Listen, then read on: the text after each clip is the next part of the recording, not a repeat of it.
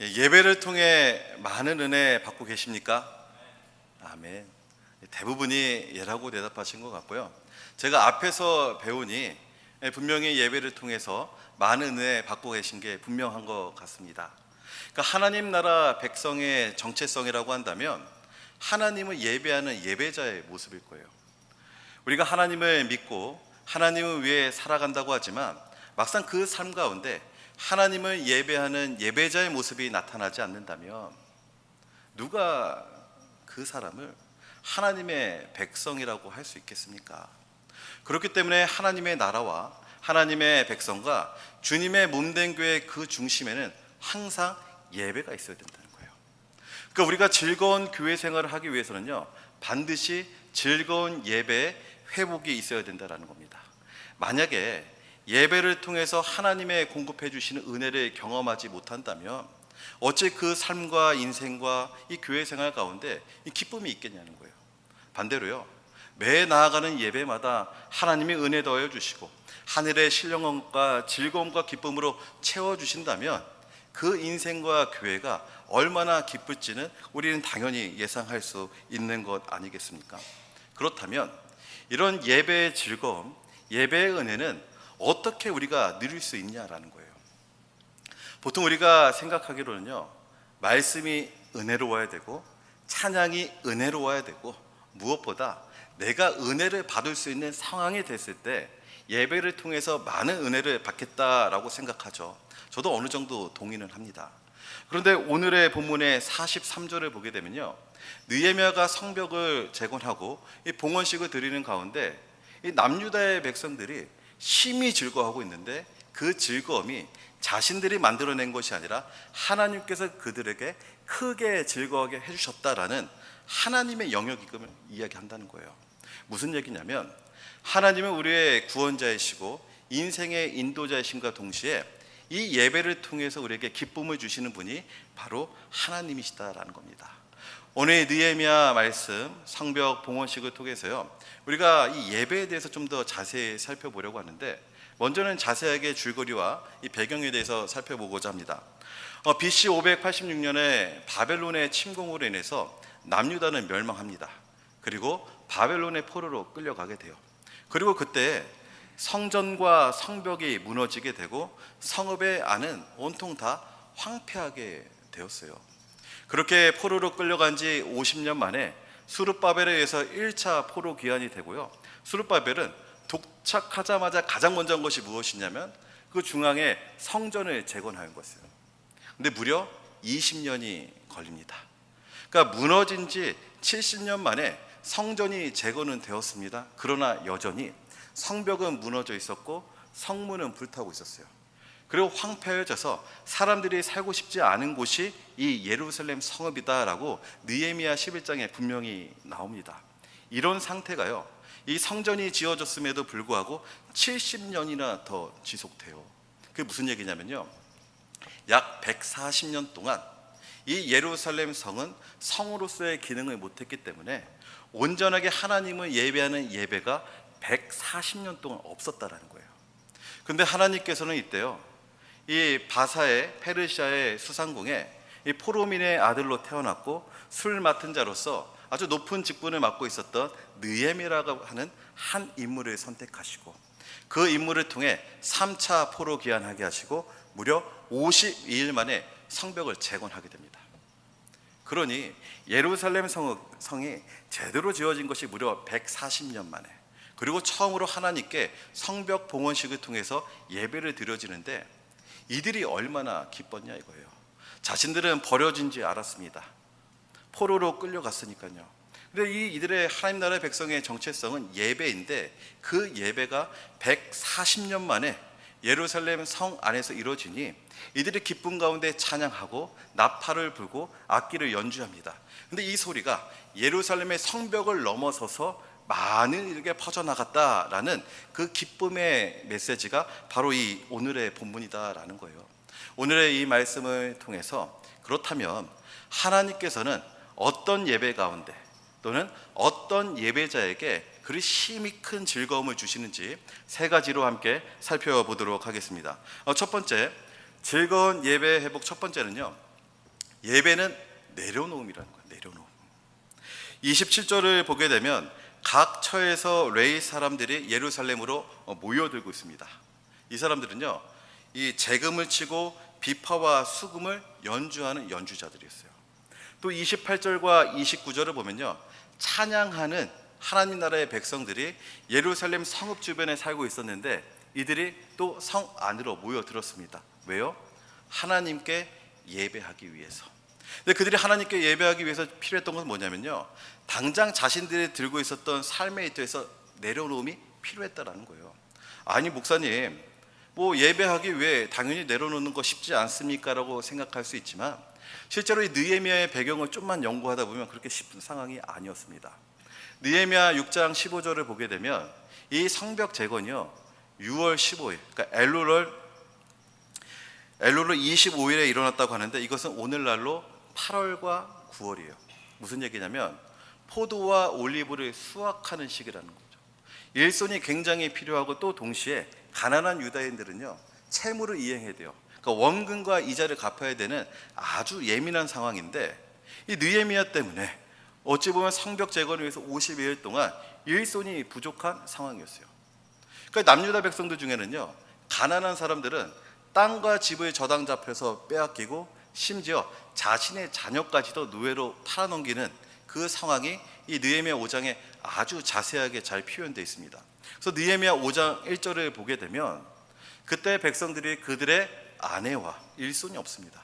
함께 크게 부르짖어 그들의 형제인 유다 사람들을 원망하는데 자녀들이 노예로 팔려갔고요, 당장 먹을 것이 없고요, 당장 내 집이 빼앗길 수 있는 그 절체절명의 순간에 이들은 그때 하나님을 예배하기 위해 삶의 모든 것을 내려놓고 예배하는 예배자의 자리로 나아갔다라는 거예요. 즉 예배의 시작은 내려놓음이라는 겁니다. 우리가 이 주보를 보게 되면요, 예배의 시작은 경배와 찬양이라고 되어 있습니다. 그런데 우리 각자의 예배는요, 이 경배와 찬양의 시작이 아니라 이미 이 예배 자리에 나오기 이전에 내 삶에 짊어지고 있던 것들을 내려놔야 된다는 거예요. 내가 여전히 내 마음과 정신과 생각이 세상의 그 문제로부터 자유하지 않는다면 그 예배는 불보듯 뻔하지 않습니까? 형식적인 예배일 것이고 하나님을 누릴 수 있는 예배가 되지 않는다는 거예요. 그래서 예배를 위해서는요, 우리가 내려놔야 된다는 거예요. 리차드 백스터가 현대 사회에서 이 기독교인의 가장 큰 적 세 가지를 얘기했는데 첫 번째는 소음이고 두 번째는 성급함이고 세 번째가 바로 분주함이에요. 일상이 너무 바빠서 하나님께 집중하지 못하는 분주함이 이 현대 기독교인의 가장 큰 적 중에 하나다라는 겁니다. 기독교 정신의학자 칼정은 이런 얘기를 하더라고요. 분주함은 사탄에서 오는 게 아니라 사탄 그 자체다라는 거예요. 우리가 인생 가운데 너무나도 바쁘고 생각을 빼앗기다 보면 예배 자리에 나왔지만 하나님께 집중하지 못한다라는 거예요. 그러니까 우리가 이 예배를 통해서 하늘의 자유를 경험하기 위해 필요한 것은 내려놓음인데요, 이 말레이시아에서 원숭이를 잡을 때 어떻게 잡으신지 아십니까? 작은 항아리를, 그래서 원숭이의 손이 들어갈 만한 작은 입구의 항아리 안에다가요 스낵을 넣어놔요. 그 원숭이가 이 스낵을 빼기 위해서 손을 넣고 스낵을 잡는데 이 항아리는 단단하게 고정이 되어 있어 가지고요, 수렵꾼이 자기를 잡으려고 와도 몸부림을 치는 거예요. 그런데 손이 빠지지 않습니다. 손을 놓아야 살 수 있는데 손을 놓지 못하는 거예요. 이게 우리의 예배다라는 거예요. 우리가 자유함을 얻기 위해서, 우리가 이 하늘의 능력인 예배를 경험하기 위해서는요, 이런저런 몸부림을 치는 게 아니라 그 시작은 반드시 내가 붙잡고 있는 그 세상의 많은 것들을 내려놓는 데부터 자유로워질 수가 있다라는 겁니다. 또 하늘의 새를 보면요, 창공에 날아다니는 자유한 새들을 보세요. 그 새들의 몸을 보면 대단합니다. 하늘을 날며 자유를 누리기 위해 필요한 것들만 간신히 보장하고 불필요한 것들은 철저하게 제거가 돼요. 새들의 몸은 아주 작아요. 반면에요, 나는데 꼭 필요한 날개는 몸집의 10배가 넘습니다. 심지어 새들의 뼛속을 보면은 뼈가 텅텅 비어 있어요. 왜? 하늘을 나는데 필요하지 않은 모든 것들은 제하여 버린다라는 겁니다. 우리가 이 예배를 통해서 교회 생활의 즐거움을 회복하고 내 삶에 힘을 얻기 위해서는 무엇이냐면 하나님을 만나러 나오는 예배의 자리 가운데 하나님 외의 모든 것들을 철저하게 포기해야지 그때서야 하나님이 기쁨을 주시는 복된 예배가 될 수 있다라는 것입니다. 그런즉 너희는 먼저 그의 나라와 그의 의를 구하라.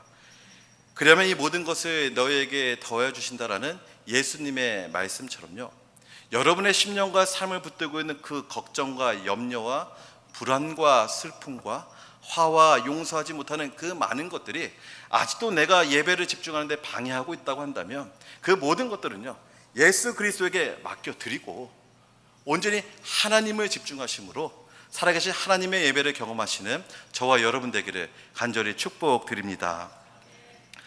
즐거운 예배 회복 두 번째는, 예배는 하나님 앞에 서는 것입니다. 하나님 앞에. 이 31절을 보게 되면요, 이에 내가 이렇게 시작해요. 여기서 나는 느헤미야를 얘기합니다.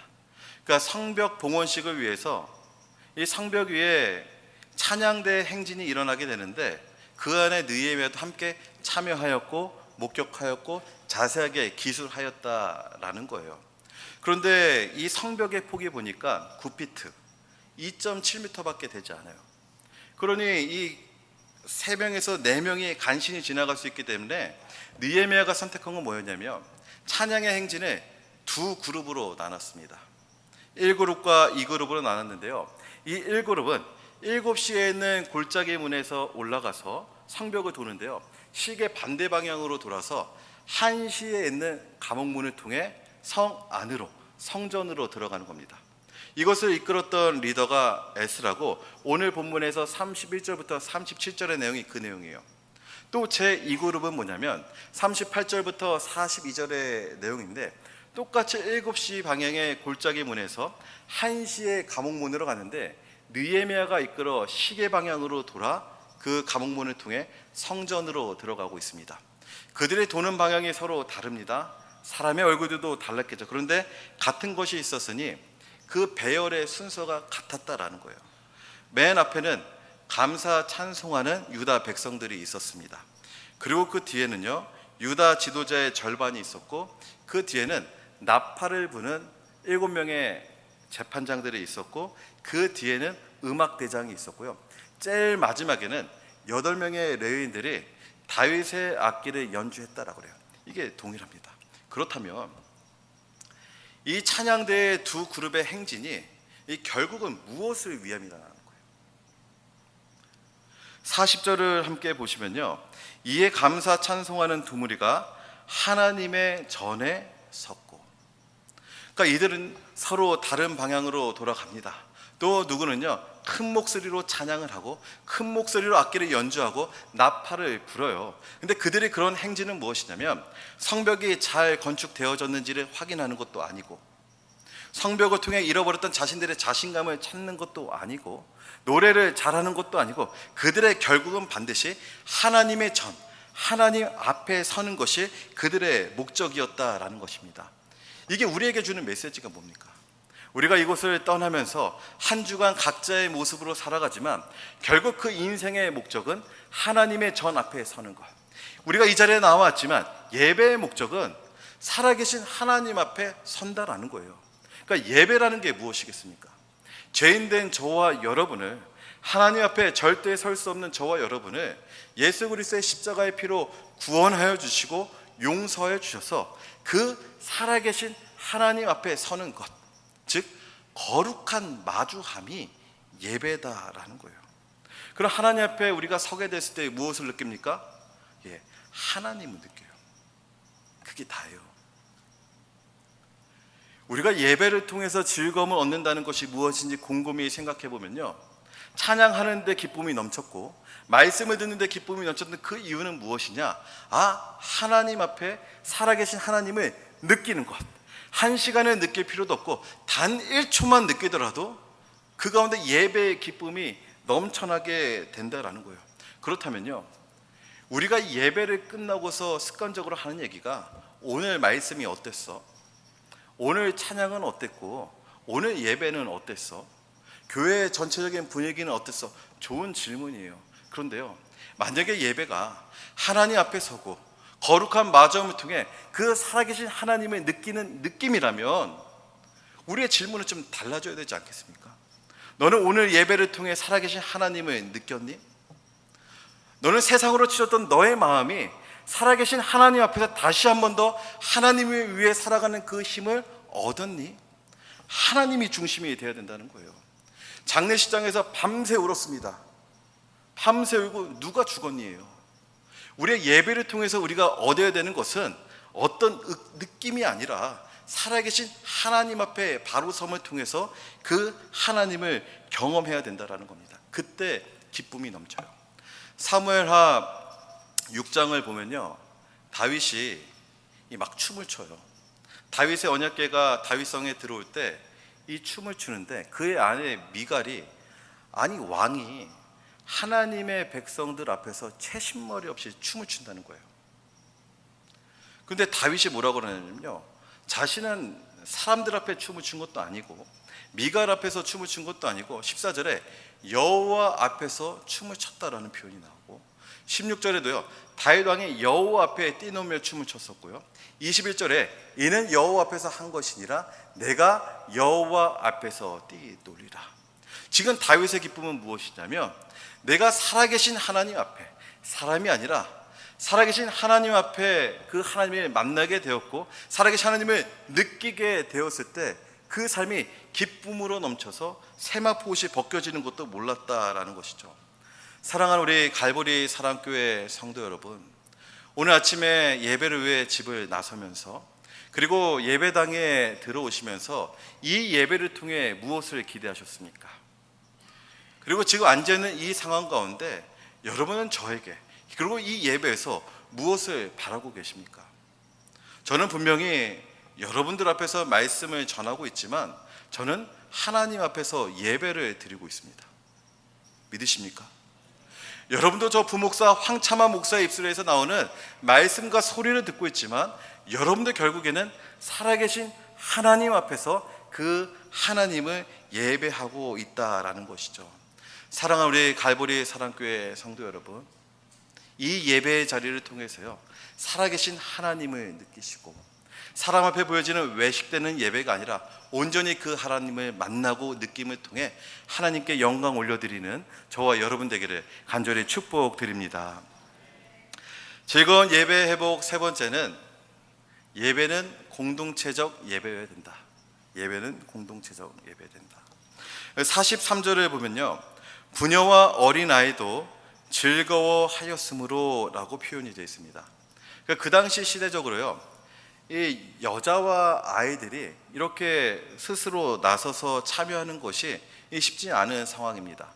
근데 오늘의 이 예배를 보게 되면요 유대 지도자들도 있었고 종교 지도자들도 있었고 유다 백성들도 있었고 심지어 이 부모와 여성과 어린 아이들도 이 예루살렘 성벽 봉헌식에 참여하고 있다는 거예요. 무슨 얘기냐면요 예배 안에 그 예배 공동체 안에 차별이 없다라는 거예요. 서로의 깨어짐이 없다라는 거예요. 서로가 하나 되어져서 남녀노소 신분의 높고 낮음에 상관없이 모두가 하나님 앞에 엎드려 하나님 한 분만을 높여는 예배를 드렸더니 하나님께서 그 예배의 축복을 종교 지도자들에게만 주시는 것이 아니라 부녀와 어린 아이도 즐거워했다는 것은 그들도 즐거워할 수 있는 은혜를 그들에게 베풀어 주셨다라는 것이죠. 사랑하는 우리 갈보리 사랑교회 성도 여러분, 에베소서 2장 20절과 21절과 22절에 먼저 우리가 하나 되어 지어져 갈 때 하나님께서 성령 안에 거하시고 우리의 예배를 받으신다라고 하셨습니다. 우리 갈보리 사랑교회가요 서로 다름에 집중하는 것이 아니라 오직 하나님 한 분께 시선을 맞춰드려서 하나님이 부어주시는 공동체적 축복을 누리시는 저와 여러분 되기를 간절히 축복드립니다. 이 시간에 말씀을 마무리하도록 하겠습니다. 예전에 제가요 중고등학교 선배였던 선배 목사님과 텍사스에서 대화를 나눴던 적이 있어요. 왜 우리 교회 생활이 즐겁지 아니한가 라는 주제에 그 말씀 가운데 큰 통찰을 얻었습니다. 뭐냐면요 마르다와 마리아가 예수님과 예수님의 제자들을 집에 초청을 하세요. 세상을 충만하게 하시는 충만하시네 예수님이 우리 집에 들어오셨다는 거예요. 마르다가 마리아가 얼마나 기뻤을지 예상이 되지 않습니까? 너무나도 기뻐서 음식을 준비하는 내내 생각한 건 딱 하나였겠죠. 아, 내가 예수님을 섬기는구나. 그 기쁨이 엄청났을 거라고요. 그런데 마르다가 우연히 보게 된 겁니다. 마리아가 예수님 앞에서 말씀을 듣고 있는 거예요. 이건 아닌데, 나 혼자 이렇게 분주한데 뭐 하는 것이지? 예수님, 이건 아니지 않습니까? 이 마리아도 함께 일하게 해주세요. 여러분들, 이 메시지의 중심이 뭐겠습니까? 말씀을 듣는 것은 거룩한 예배이고, 식당에서 섬기고 더운 여름 가운데 주차 봉사하는 것은 세속적이고 거룩하지 않다라는 메시지겠습니까? 아니에요. 절대 아니에요. 주차 봉사도 그렇고요, 식당에 섬기는 섬김도 그렇고요, 말씀을 듣는 그 마리아도 그렇고, 모두가 주를 위해 한다면 그보다 거룩하고 복된 예배는 없을 겁니다. 근데 언제부터 이 마르다의 기쁨이 깨어지기 시작했어요? 내 인생 가운데 찾아왔던 예수님이 너무나도 버거울 정도의 축복이 있는데 언제부터 이 마르다의 입술이 변화되기 시작했냐라는 거예요. 예수님께 시선을 집중했던 그 시선이 언젠가부터 마리아를 보게 된 겁니다.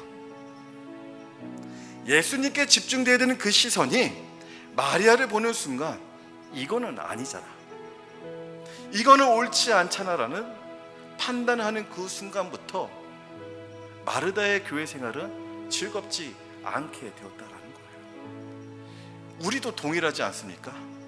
예수님을 찬양하는 게 너무 좋아서 이 교회에 왔고, 예수님을 찬양할 때 부어주시는 그 감격에 있어서 십자가만 봐도 눈물이 흘렀는데 언제가부터 보이는 거예요. 저 황집사의 말투가 마음에 들지 않고, 아니, 저 집사님의 저 행동이 옳지 않아라는 예수님의 시선이 아니라 누군가를 보게 되는 그 순간부터 우리 예배와 우리 교회 생활의 모든 즐거움이 날아가 버렸다면 우리에게 진짜 필요한 것이 무엇이겠습니까?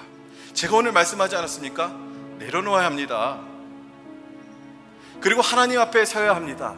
하나님을 봐야 합니다. 그리고 공동체적 예배가 되어야 됩니다라는 것은 무엇이냐면, 이 예배 가운데 누구를 시기하고 질투하고 미워하고 그 관계 가운데 허덕이는 그 공동체가 아니라, 우리는 서로 사랑하고 하나 되고 그 집사, 그 간사, 그 목사를 바라보는 게 아니라 오직 살아계신 예수 그리스도를 바라봄으로써 우리 예배가 회복되어야 된다는 거예요. 그 복을 누려야 된다는 것입니다. 여러분, 우리가 살아가면서요, 우리 가정에서 뭐라 그러죠? 주님밖에 없다고 얘기합니다. 일터에서 믿지 않는 사람들에게 예수님이 능력이라고 합니다. 그런데 그렇게 말하는 저와 여러분이 예배만 갔다 오면 얼굴이 어두워요. 아직도 마음에 허물지 못한 그 무엇이 있어서 마음이 어두워요. 차를 타는 순간 이미 아이들이 압니다. 부모들의 얼굴이 어둡고 이야기하지 않는 그것을 볼 때 아이들까지도 어두움이 전파되고, 아니 어머니, 아니 아버지, 그렇게 좋다는 예배만 갔다면 왜 얼굴이 밝지 않습니까?